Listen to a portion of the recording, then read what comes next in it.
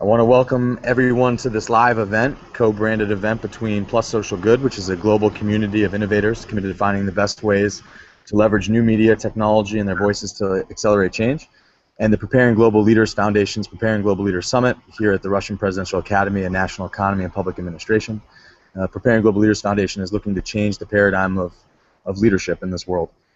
Today we're going to discuss about how social media in particular affects leadership, and I am joined by some outstanding delegates. They hail from Netherlands, Australia, Kurdistan, Lebanon, Sudan, and South Africa. And I'd like them to say a couple words, introduce themselves, and what their background is, starting with Frank from Netherlands. Hello, I'm Frank from the Netherlands. I study international business there. I'm a student. I occasionally teach as well, and I'm really looking forward to the conversation today. So, floor back to Sam. Our friend from Australia. Hi everyone, my name's Georgia. I am a graduate of the University of Sydney, obviously in Australia. I actually am located in Berlin at the moment, where I work for the Global Public Policy Institute, focusing on public policy and work with programs like this. So it's great to be a participant. Kurdistan.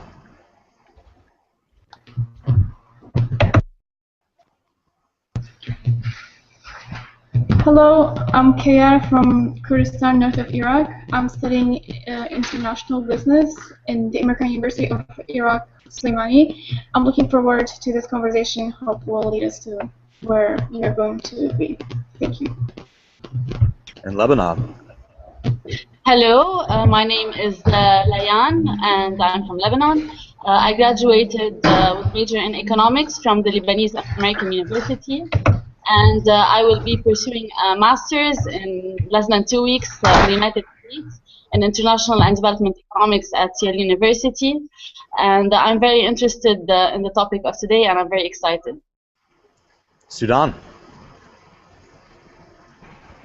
Hello, I am Noha from Sudan. I work for the Regional Center for Training and Development of the Civil Society, and at the same time I'm pursuing my master on policy and management, and I'm actually really looking forward for this conversation as deal greatly with the issues concerning youth and leadership in my country.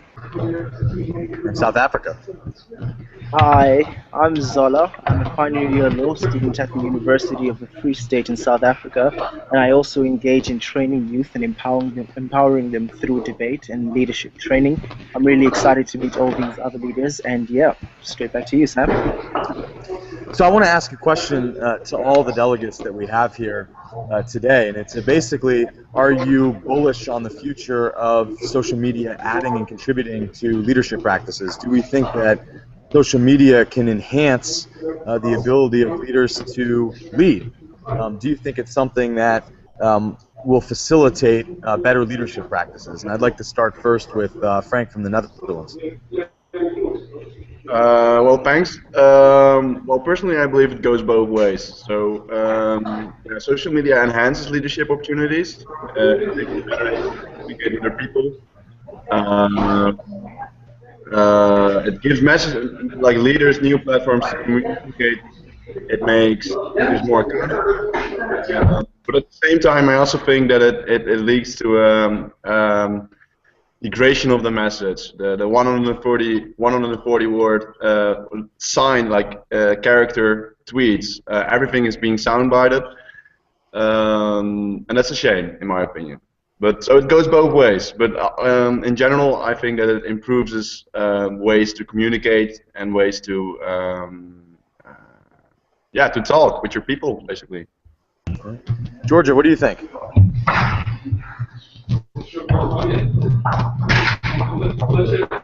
Georgia, you got to press on mute.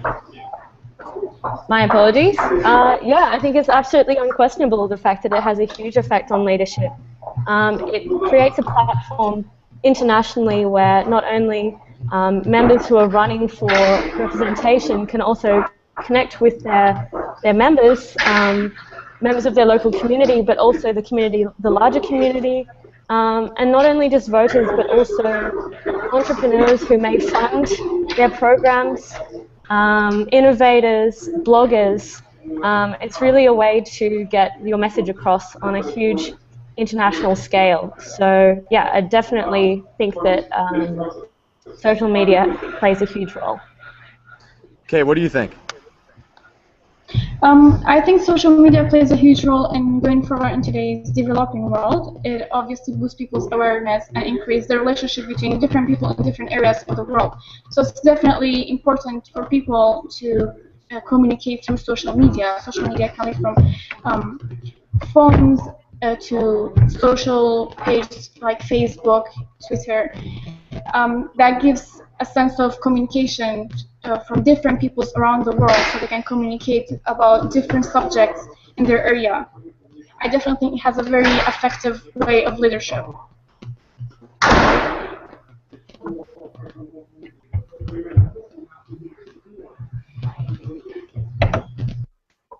Leanne? Yes, so definitely I think that social media has a big impact on leadership.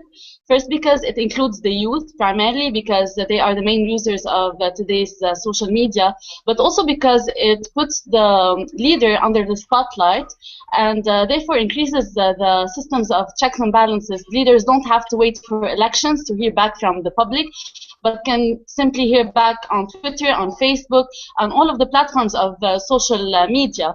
And therefore, this.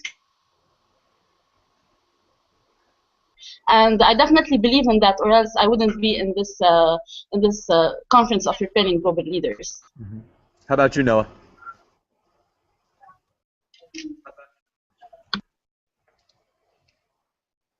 No, you have to press the unmute button. Sorry. I think, yeah, definitely social media and leadership are now going together. Enhancing youth leadership is one of the most important things, especially concerning the, if you consider the huge generational gap between yesterday's leaders and today's leaders. So I think that more opportunities are now open for the youth to engage, and also especially reaching to the grassroots and constituency levels. It's very important that now in the fragile democracies, where youth and like aspects of transparency are not really respected, that the social media provide more security for the people so they can speak, and then also preventing the youth leaders from being tortured. More also space for issues that actually not always in the top of the political agenda. So social media provides like a platform for more people to speak, and then have this horizontal, space that wasn't actually available before. And then, and most importantly, also concerning capacity development, networking is something that actually connected with social media. So more alliances could be built, and especially between youth and the different regions. Zola? Thanks, Sam. I actually think it's the worst thing that could possibly happen to any sort of leadership, and my reasons are twofold. Firstly, individuals think they get direct and personal access to the leader, but we see this is not the case, and then the leader is able to produce or churn out the answers that people seek because that's what they want to hear. And it also puts the leader at an uneven plateau because he's able to gauge what the people are thinking when he has to meet them or do some sort of rally. He can craft his answers to suit their ills but not actually mean them. And we also see that it's particularly disempowering when a leader is able to, for example, shut down Twitter, or when a regime has been rated against online and then they shut that off.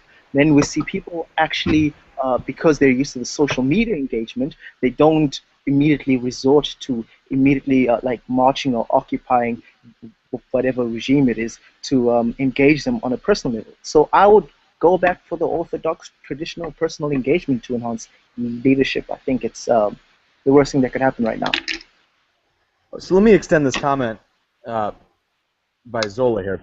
One of the things we've talked about in our discussions on leadership is the difference between leadership in the modern age and what it has been more traditionally. We used to have more hierarchy, and with hierarchy comes deference to power, and leaders were more separate from the people.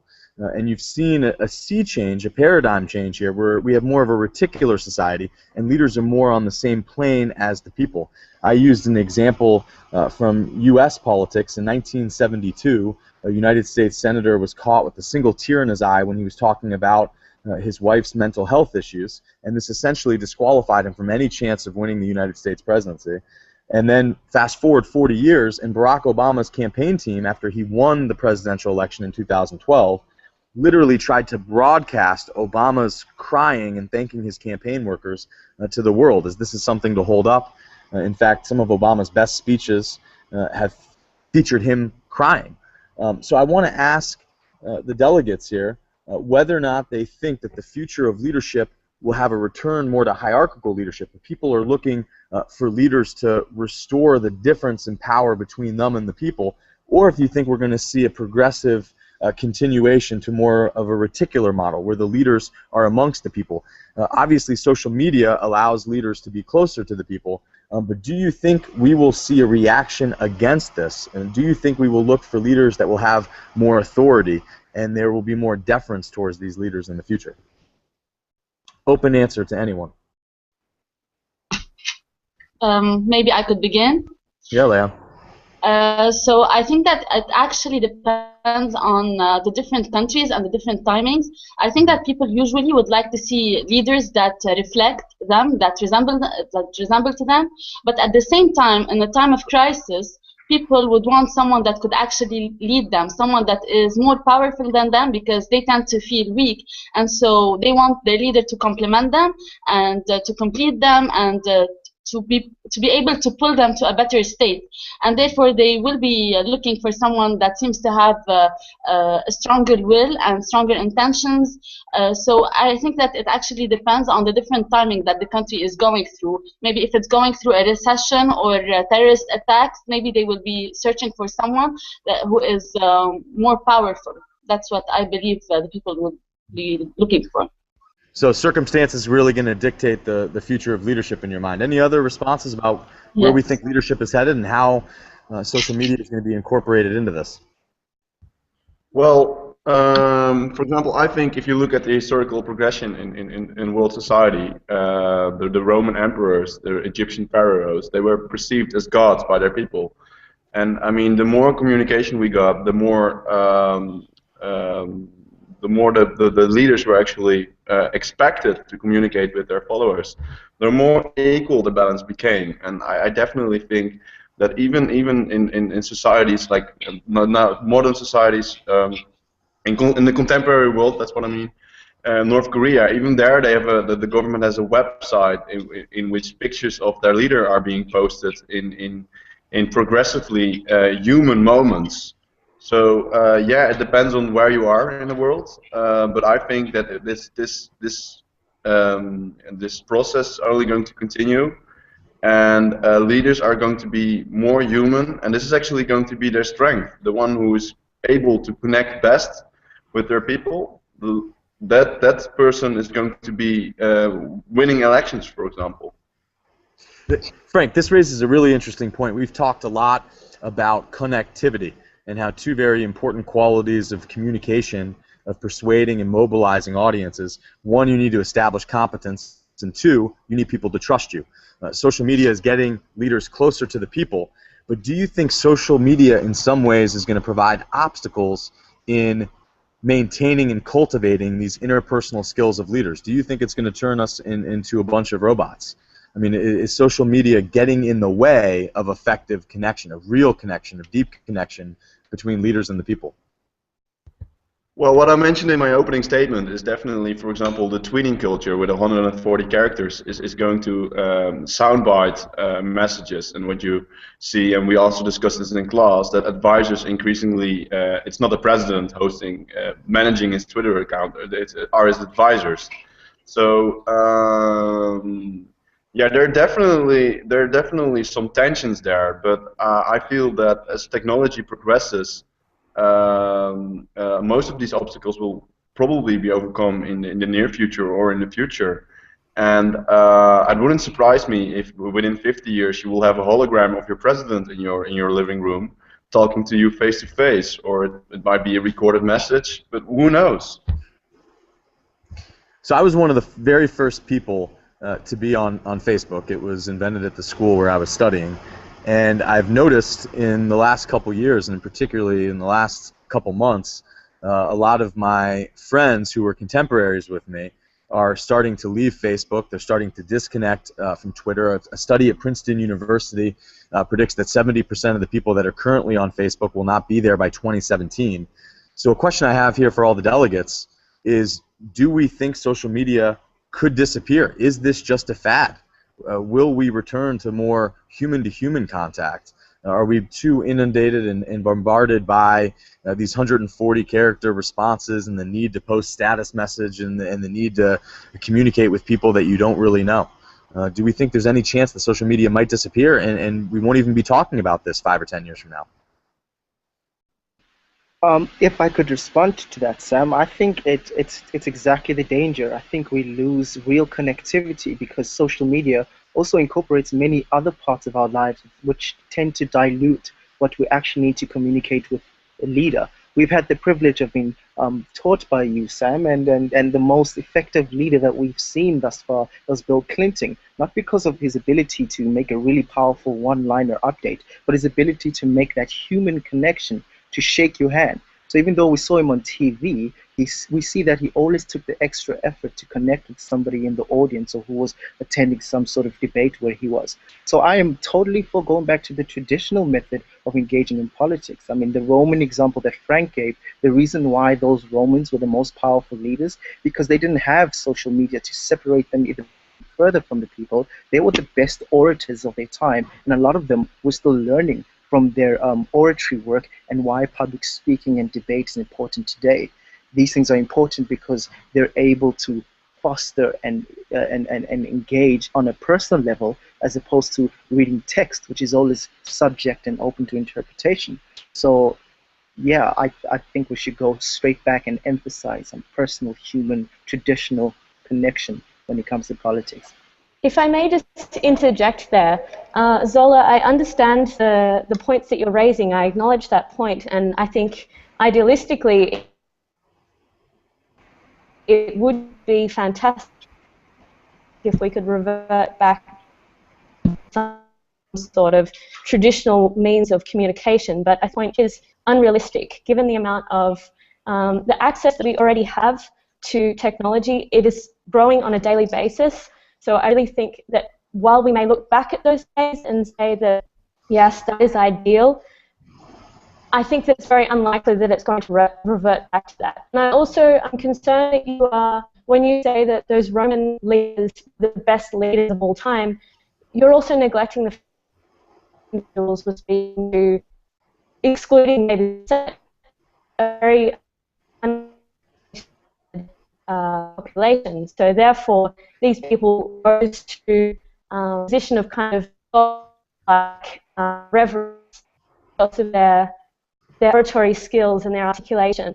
So I think people, the population that is being preached to now, population that don't draw comparisons to that time and now. Well, I also think that I really want to say that for the historic record here, that I don't think that the Roman emperors were in charge due to their competency or their oratory skills, but mostly due to birthright or due to perhaps war skills. But I don't think that oratory skills or competency were with many of the Roman emperors a fact. But I do want to subscribe to Zola's theory that we definitely want to crave the human connection and the human emotion.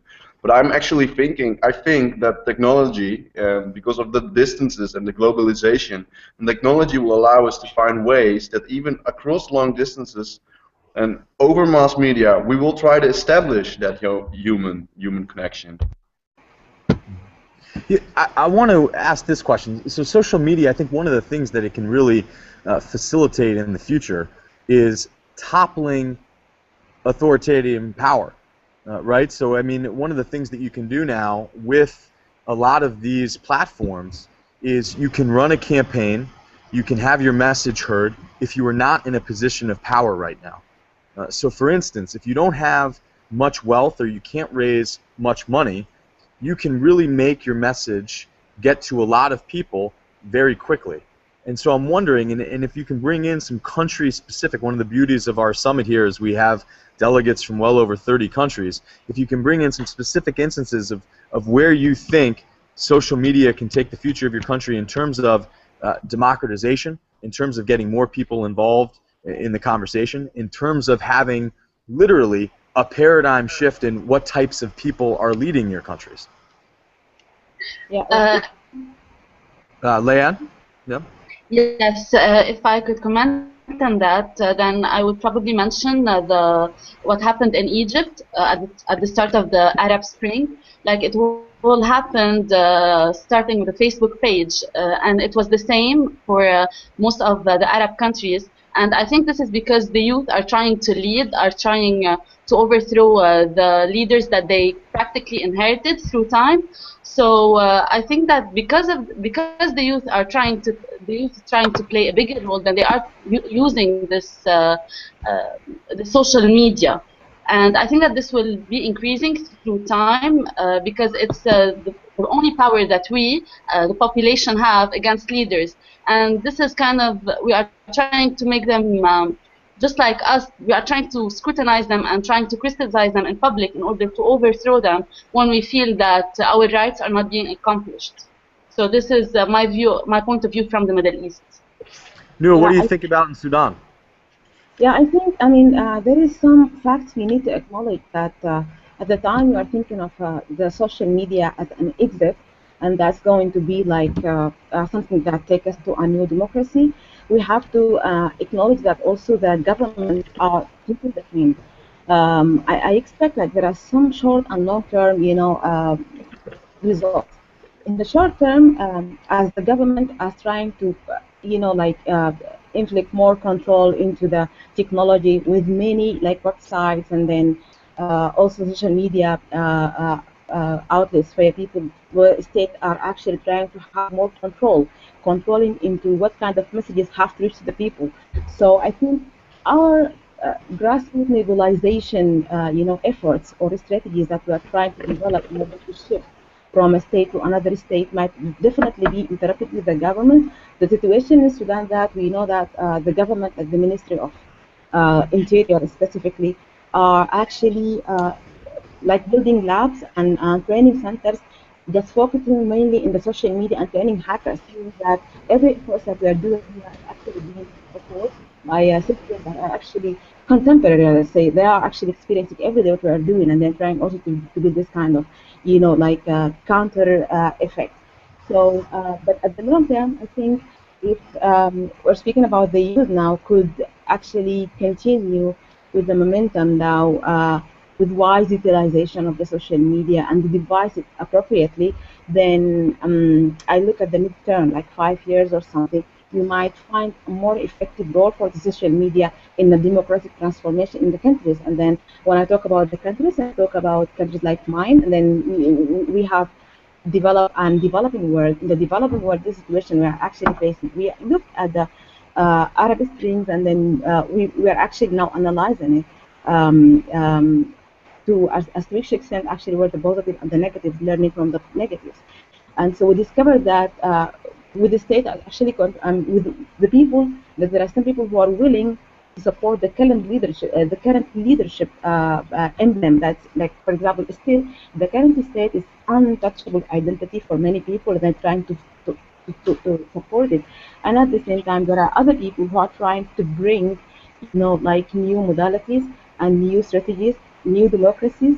So these are actually are living at the moment. And then I like social media, and I know this, like, we should work on it, but I don't want to be very optimistic. This is not the potion that we're going to use today to change. I want to add something to this. One thing that we have to make sure about is that the very essence of leadership is serving the people. And one thing that social media does is these politicians or these great leaders, from CEOs, businessmen to politicians, nowadays they have their own page, they have their own Facebook page or Twitter page. They post their actions, they post what they're doing daily, their pictures. It just gives us a more sense of humanity. We feel more connected to them. And that's when we think that these leaders, they're serving us, they want to be connected to us. And that's very important when it comes to social media, that the connection it gives us to those leaders that we feel they're not just more than us, they're not bosses above us, they're just leaders serving us. Okay, can I ask you a follow-up question here before Georgia jumps in? right now, you think you're living in your own independent country, Kurdistan of northern Iraq, and we got some pushback by our Harvard professor during his course. And I'm wondering if you're trying to make this argument to the global community about independence for Kurdistan, if many of the leaders in your country are using social media appropriately to get the message out to the larger world. One thing I have to say right now is that Kurdistan and Iraq, we have our autonomy, but we don't have our independence yet. But we are looking forward for independence. It's every Kurdish dream. And one thing that we see through social networks, that our leaders in Kurdistan, they have their own social networks. We feel very connected to them. For right now, for example, I go on Facebook, I see people posting stuff about what is going on in Kurdistan right now. I'm not there, but I know what's going on. I know people are suffering, what are they suffering from right now. And when you see... Are the leaders in Kurdistan, are they actively using Twitter and Facebook to really get their message out, to get sympathy for the cause of independence? They do. I don't know if the world actually hears it, but they actually have their own Facebook page and Twitter page. We as Kurds, we always follow them. We know what's going on. I hope people around the world will actually take that step and realize the Kurdish leaders as well, follow them and what they're going through and what they're trying to do for Kurdistan. That would be very helpful, and they would actually know what the world is about, because as I know, some people they haven't even heard about Kurdistan.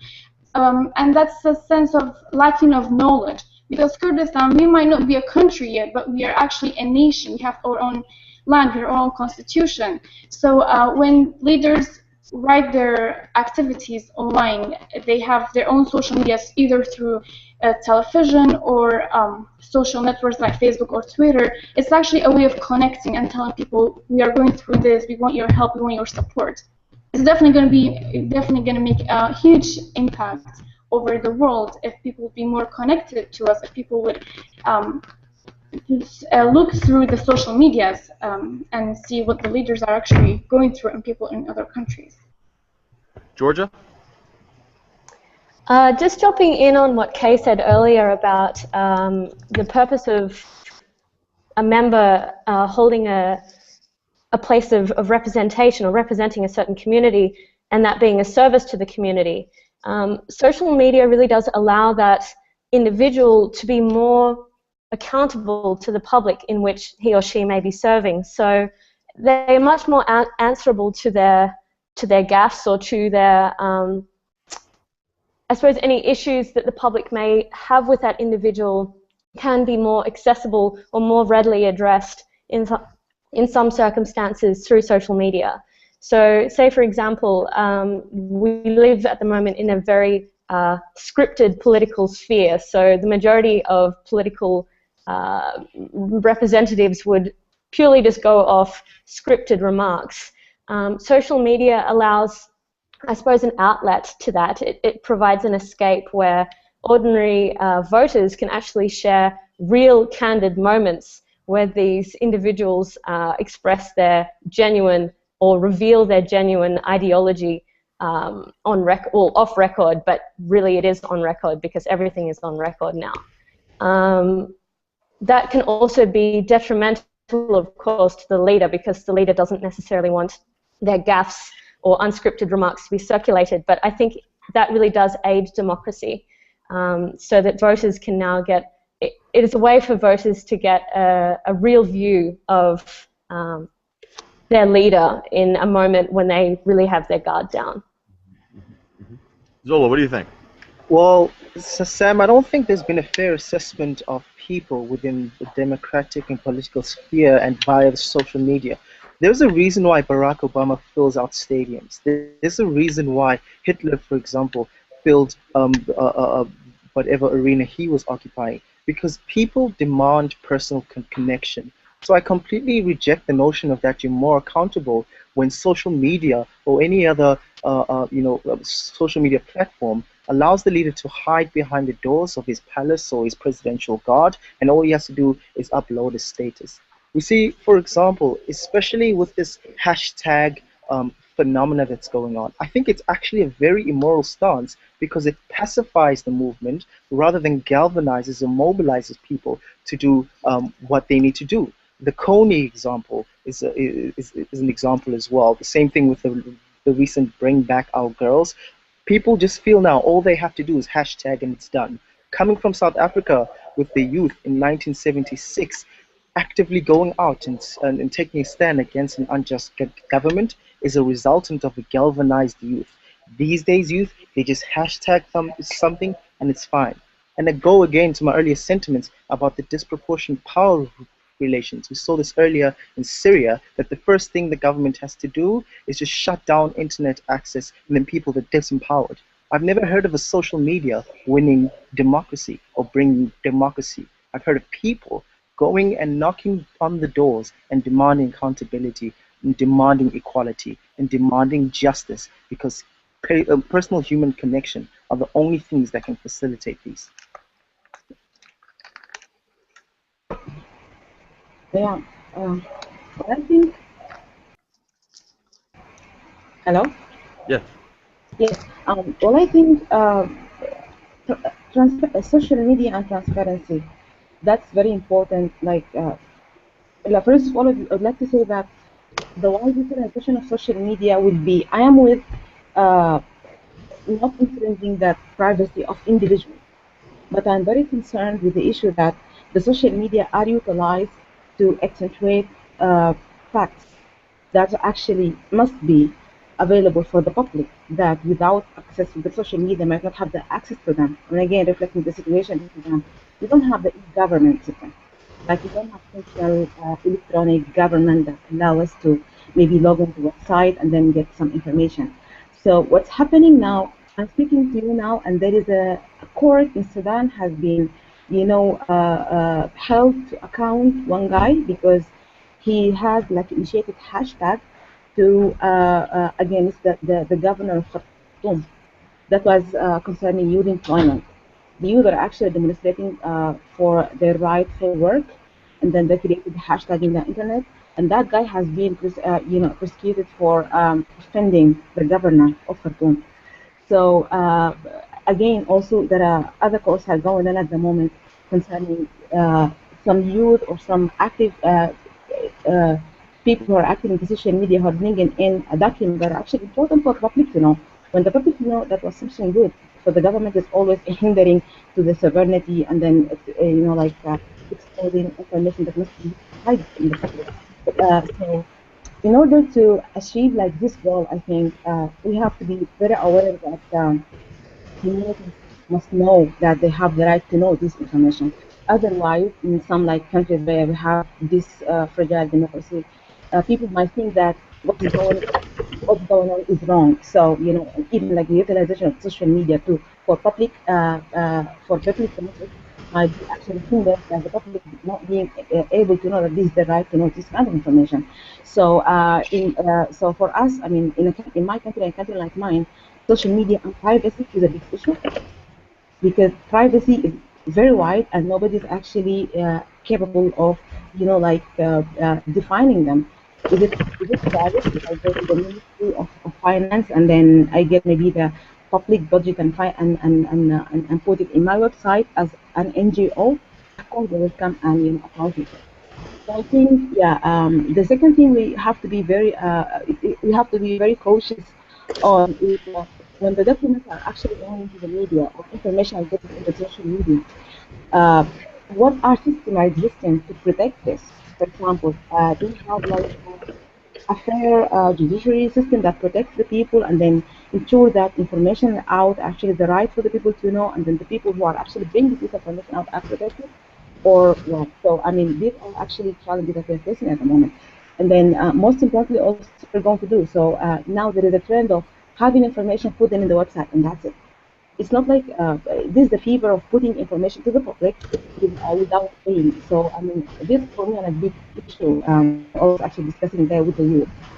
Just have to be trying to curb the fever of putting everything in public, and then sometimes then actually not knowing what you're going to do with it. Georgia, what do you think? Thought My apologies, I forgot about the microphone for one moment. So just to retort once again to Zola's comment earlier, sorry Zola that we're constantly locking horns on this issue, but I think that you are far too black and white on this issue. When we are talking about the benefits of social media, that doesn't necessarily mean that we're ignoring the cons. We're just looking at the ways in which social media can complement democracy, and also we need to have this discussion so that we can then look at critiquing the ways in which social media impairs democracy, and therefore that needs to be corrected. But this discussion isn't necessarily about the fact that social media should replace interpersonal connections and interpersonal communication as the main mode of orchestrating democracy. Say, for example, in Australia, I'm going to use an Australian example to counteract your claim that social media does not in any way aid accountability when it comes to representatives in a community. So in Australia, we have a Prime Minister who he's actually said, and this was just a video taken, I'm fairly sure, by a member of the public. The Prime Minister was caught saying that, actually, it may have actually been on, please forgive me for my hesitation, but it may have actually been on an interview. I'm trying to remember, it was a couple of years ago. But he actually came out and said, he made a gaffe, and then he came out and said to the interviewer, well, actually, you shouldn't pay any attention to what I say in an interview if it's not scripted. You should only pay attention to my scripted remarks. And then the interviewer said, what, so you don't have an opinion? You don't actually mean what you say when it's not scripted? And then he totally started to bumble his way along and made a total fool of himself. Now that video was shared on a public forum on social media, and that really gave the Australian public a kind of a snap shot of what this Prime Minister is actually like. And I think it would have been almost impossible unless it was shown on TV again and again, for the majority of Australians to be able to view that video if it weren't for social media. So I think we're not saying that social media is the be-all and end-all. It's just looking at the ways in which it can complement the democratic process, and it can aid a campaign or aid a campaign against a certain individual in the example that I just provided. So it's about information sharing, not so much 100% dependence on one mode of communication. Frank. Yeah, sure. Well, I completely agree with Georgia. I don't feel that social media replaces traditional forms of communication, yet it provides leaders with multiple extra forms of communicative channels. And yet, social media has its flaws. I mean, the soundbiting, the privacy concerns, and yeah, there are people who only spend their time on the internet and really get deconnected from actual society. But overall, the majority of the people just find it a nice way to actually stay informed, stay actually connected to the leaders, hold their leaders accountable through grassroots movements, through whatever. And I want to also, for example, give an example from United States presidential elections. I think never have presidential candidates ever held as many rallies, have toured the country as much as they do right now. I mean, if you look 50 years ago, Roosevelt, and okay, he was ill, but I mean, he held his campaign from the White House. He gave occasionally a radio speech, but that was it. Zola. Yeah, okay. If we go back to the genesis of this discussion on whether social media can enhance leadership, I still maintain a firm no. And I don't see how George's example showed us how this would have been different, whether that video was leaked on Facebook or whether it was shown on TV or whether it was printed on traditional print media like newspapers or magazines. Either way, none of this demonstrates that without leadership, this accountability wouldn't have occurred. And I also reject the entire argument about how it can enhance and strengthen democracy. I don't think it plays an integral part in democracy at all. I think efficient leadership is about diplomacy and negotiation skills that have been developed by that specific leader. I think Sudan was only able to obtain these things because they had leaders that were able to access the channels and engage properly. Even the Occupy movement was only effective when people stopped hashtagging Occupy Wall Street and actually went to Occupy Wall Street. So we need to be very careful of which one occurred first here. First, there was a movement, and then it was extended to social media. So we can't attribute the movement to social media in any form, actually, just as a byproduct due to its existence. I think it's very important that we realize, although there was a hashtag #GetConey, the video and all the information we got was 6 years too late. That was a very long time before that boy in that video was able to escape the clutches of where he was living. Only when the American government, the small government, was able to deploy a small troop, then we saw change in that area, or at least an attempt via negotiations with the Ugandan government. So whether it enhances leadership, I still say no. But I think the danger lies that it can actually help hide bad leadership. The danger lies that it can actually pacify the public not to do anything beyond hashtagging. So if anything, it's just harmed the ability, the competence, and the trustworthiness of leaders because they don't make the extra effort for that human connection anymore. Georgia, I got to let you come back on that.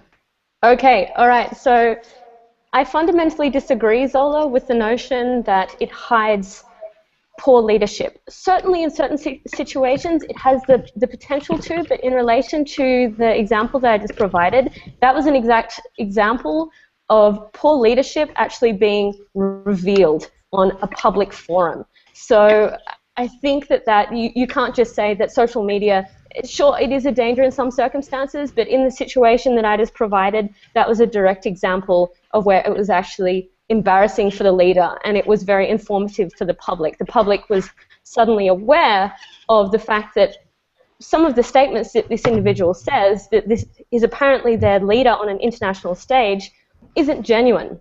Or when he is apparently being genuine, those words are written by somebody else. So I think that is very powerful. Also, your comment before about the fact that you doubt that this would have really had a substantial impact in terms of accountability. His approval ratings were affected by that. So that obviously had a direct impact upon him as a leader. Yeah, I think we're going to have to agree to disagree on this fact. Also, the one last point that you made about the fact that print media, you were saying that print media would be just as valid, or just as a viable way of transmitting this message. Unfortunately, I think you are quite behind the times, considering that print media is declining more and more, and the majority of traditionally print media outlets are now resorting to the internet to be able to transmit their message. That shows that the internet really is becoming the place to be able to transfer information. Say in a hypothetical situation where the internet, for whatever reason, didn't exist, and we were relying on print media, it wouldn't affect the same demographic. So we would be looking at largely adults going out and buying a newspaper. Now, that doesn't have, a newspaper can't describe a facial expression in the way that you can see it if you can see it in a video. Obviously, seeing that person in person would be ideal, but the next best thing is really to be able to see it in a video. Reading it doesn't really have the same effect. Also, it's a broader audience if it's met via the internet. Young people who don't even vote yet are able to access that kind of information. Young people who probably wouldn't go out and buy a newspaper, even if the only way of consuming information would probably be by a newspaper. A 16-year-old who may not necessarily be interested in politics can view that information and can view that individual making that statement. Whereas before, if it relied purely on a newspaper, then I don't think that would have the same effect. I'm not vouching 100% for social media here, but I'm just saying that it's the wrong approach to just say, no, this is wrong, because it definitely does have some very powerful pros, and yes, of course, powerful cons, but I don't think we should ignore the powerful pros at the same time. Georgia, if I could go to Australia for a bit, I don't think I'll find Aborigines being able to access leaders via Twitter Leaders have to go to them, and hashtag free the or save or help the Aborigines won't help. And if you want to see genuine words uttered from a leader, you won't get it from a Facebook or a Twitter line. You can see it in his eyes when he's talking to you. You can hear it in his voice in a rally. This is why it's actually quite detrimental. Georgia, you need to unmute. Oh, I'm sorry. Georgia, you need to unmute. Okay, I'm sorry. That is my fault. Just actually, I've just lost my train of thought due to the microphone kerfuffle. So just may we just pass to someone else, and I'll just come to a rebuttal. I'd like Frank to close down this topic, Yeah, and sure. then I'm going to transition to the final question. Okay, I want to quickly answer also a reply to Zola's comments just now, also about traditional media being just as competent in many of its functions, and I disagree that completely. Social media also provides its users with a seeker function. It provides, if you're reading a newspaper, you don't know if the person across from you, also reading a newspaper, agrees with you on certain issues. But through social media, you can actually mobilize, join together, and work together on many issues through long distance. It really connects people from all places all over the world. So the seeker function and its interconnectivity, the ability to actually exchange ideas, to share ideas on social media, makes it a much more powerful tool. It makes it much more empowering than all these traditional media combined. And it's not there to replace it, it's there to augment it. Great. Georgia, you get the final words on this. Can you hear me? Yes. Okay, I just feel as though, Zola, what you were saying before, that's just a perfect example where you were saying that Twitter, what an individual writes on Twitter or posts on social media, that is dangerous because that can be taken as the be-all and end-all. What I just provided then was an example of an individual being revealed on social media as being disingenuous.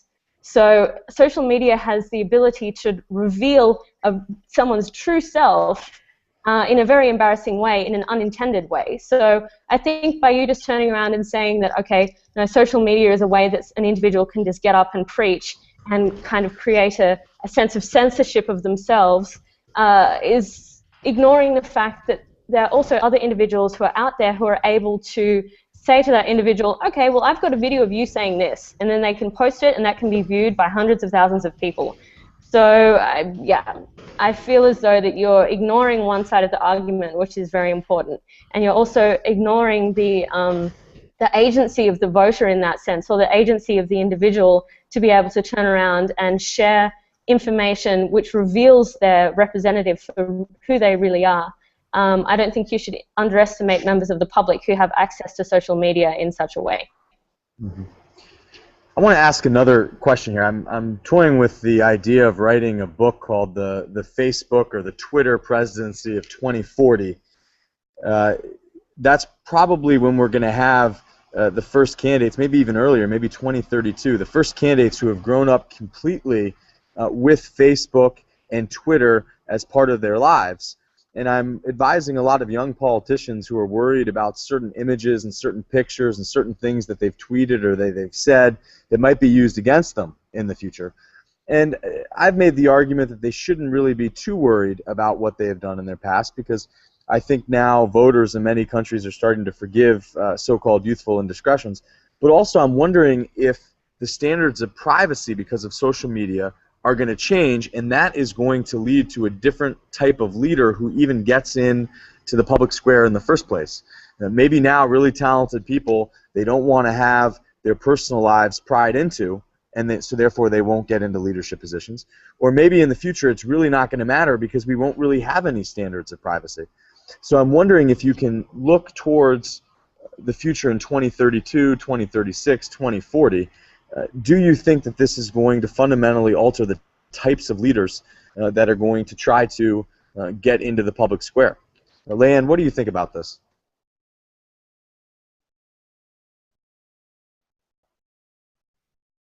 Leanne, we're not getting any audio from you. Okay.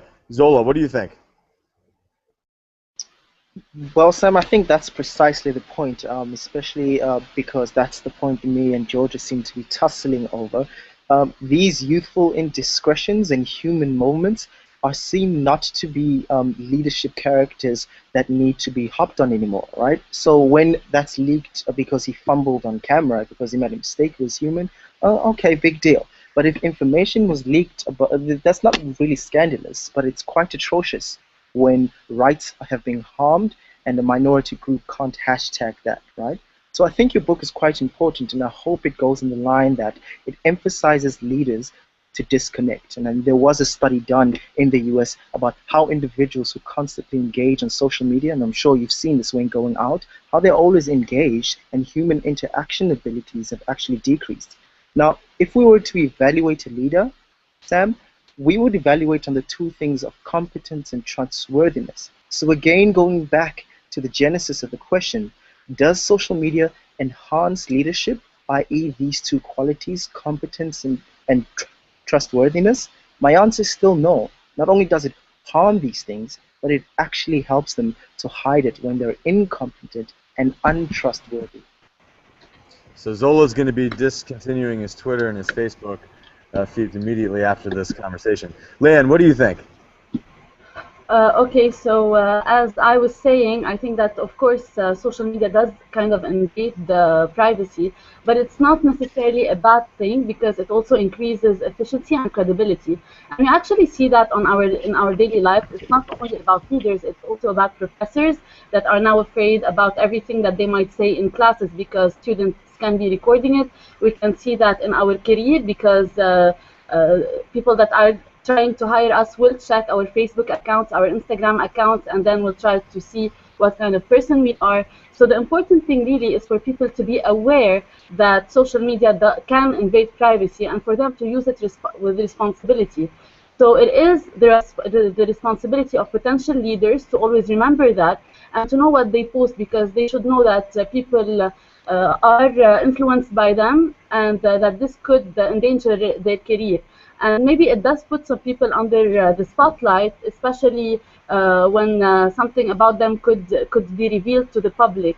But this should only increase their efficiency and their credibility through time and increase the people believing in them. Frank.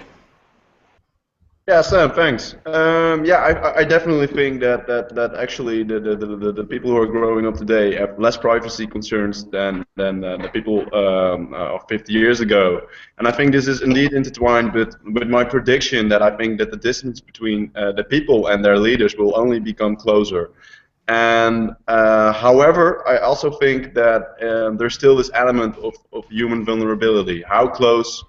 How naked do leaders want to be to their people, and how naked do the people want their leaders to be? And that might actually change over time. But right now, I still think that that a lot of countries in the world will not be ready for a president who has pictures of himself naked on the internet. And I certainly think that would also sometimes be harmful for international relations and international affairs. Great. So I want to ask a final question of the participants here. I know you have to go back and write your legislative bills for tomorrow. And thank you so much for joining this conversation amidst the busy schedule that you have in the summit. But what do you think is going to happen in the next couple years? Do you think we're going to have an increase in the use of social media or a decrease in the use of social media? Leaders communicating with the people and people trying to communicate their messages to the leaders.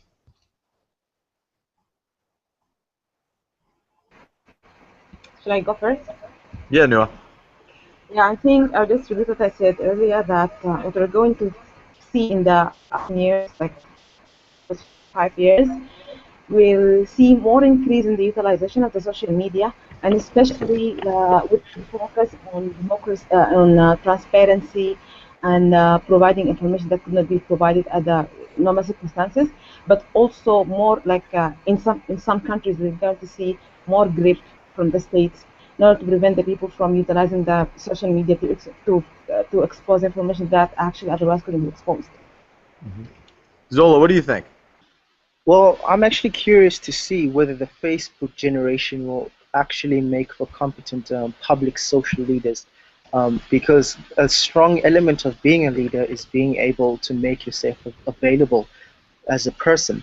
Uh, I am not calling social media an evil. I think it does have its uses, but this is not one of them.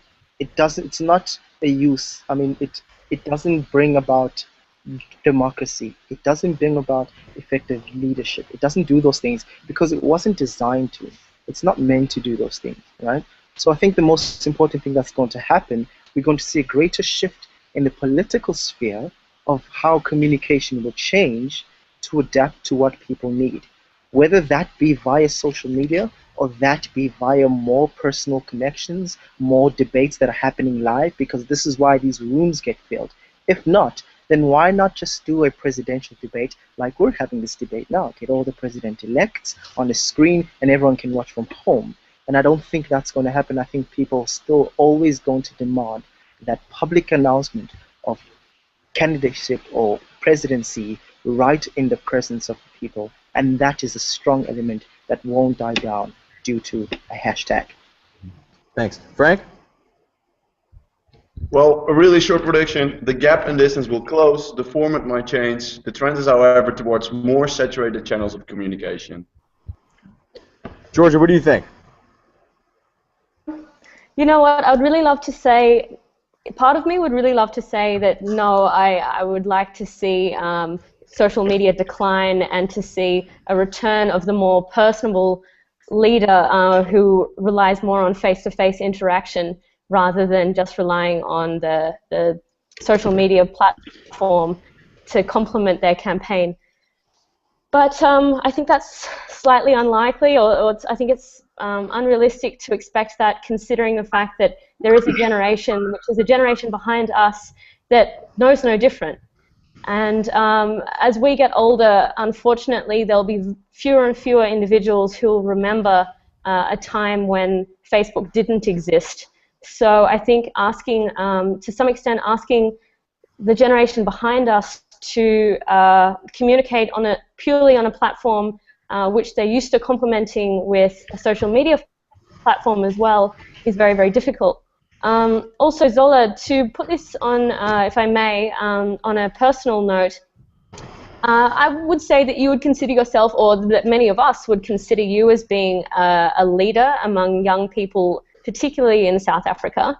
And you are actually more active on social media than I am. You have a Twitter account. I don't have a Twitter account. What is the point of your social media accounts, and why do you bother sharing information on those social media accounts if they have no value when it comes to enhancing democracy and aiding leadership in that sense? I'm very curious to find out what your agenda is. Zola, I'm going to let you respond to that, and then Leanne, I want you to get in right after Zola has a short response. All right, so my response is pretty easy. I am on social media not because I believe it can make me a better leader or a better speaker or more competent or trustworthy, simply because it is a fantastic marketing tool.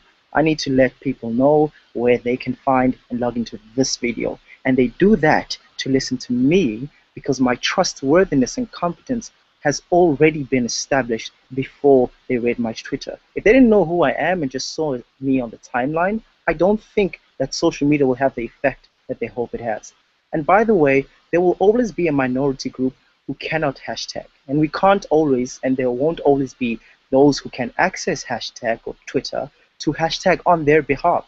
So it is more important and incumbent on the leader to go out and find those people who are not hashtagged for and who cannot hashtag and form a genuine connection for them. So I'm not worried about the people who can access internet. They can already vote and fight for their rights. It's those who cannot do it that are most important, and social media will blind the Facebook generation to engaging with that constituency. Leanne. Okay, so I actually have a note on this. It's the fact that social media is not only between leaders and the population, but it's also between the people themselves. So, well, I come from the Middle East, and actually, in a lot of developing countries, we don't see that people from different society tend to talk with each other.